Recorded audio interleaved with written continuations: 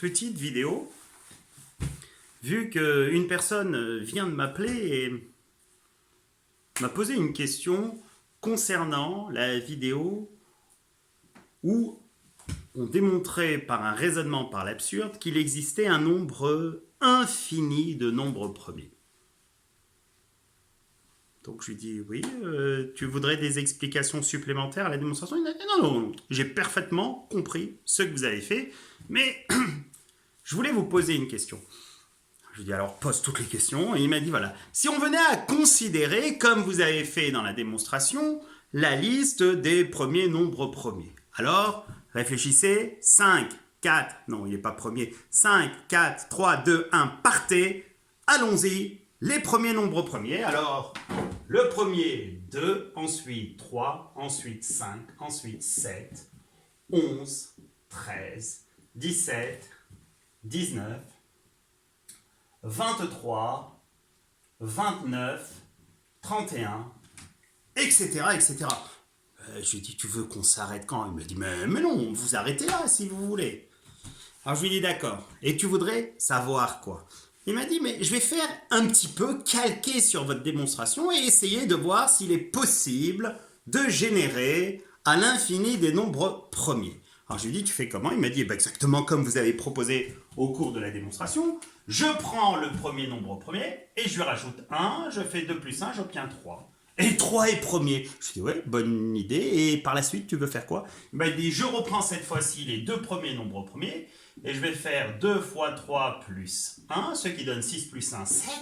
Et comme vous pouvez le constater, le nombre obtenu est premier. Je lui ai dit, d'accord. Et ensuite, il m'a dit, je poursuis. 2 fois 3 fois 5 plus 1, ce qui fait 31. 31 est premier. Je lui dis, formidable. Et alors? Mais il m'a dit, je poursuis. 2 fois 3 fois 5 fois 7 plus 1, je lui dis ça fait combien? Il me dit c'est facile, 2 fois 3, 6, 30, 210, 211. Et là je lui dis, et alors 211 est-il premier? Il me dit mais bien sûr, et je lui dis pourquoi? Il me dit parce qu'il y a une règle qui permet de justifier rapidement qu'un nombre est premier, je vais vous la rappeler, c'est vous qui nous l'avez donnée.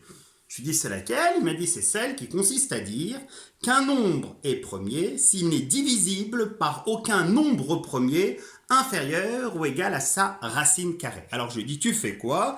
Il m'a dit je prends la calculatrice et je vais faire la racine carrée de 211.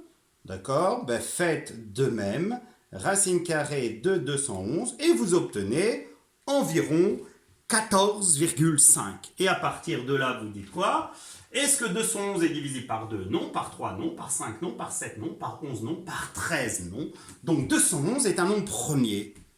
Je lui dis, mais c'est génial ce que tu m'as proposé. Il m'a dit, allez, on va essayer un coup de plus.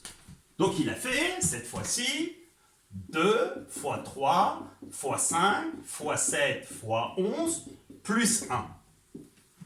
Comme il est bien malin, il m'a dit, mais comme 2 fois 3 fois 5 fois 7 plus 1 égale 211, c'est que 2 fois 3 fois 5 fois 7 égale à 210, je vais multiplier 210 par 11, et je vais rajouter 1, et j'obtiens 2311.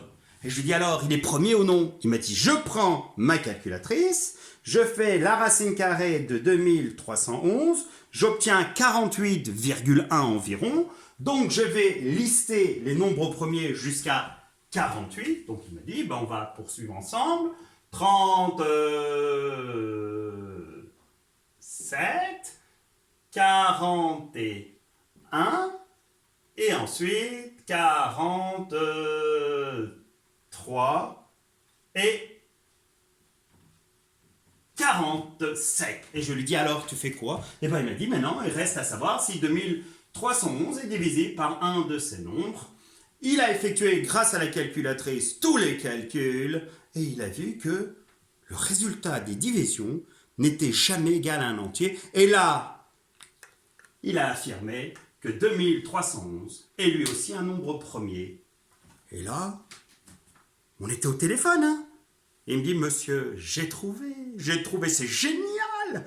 Une méthode permettant de générer à l'infini des nombres premiers. Je prends mes nombres premiers, je les multiplie et je rajoute 1. qu'en est-il réellement ?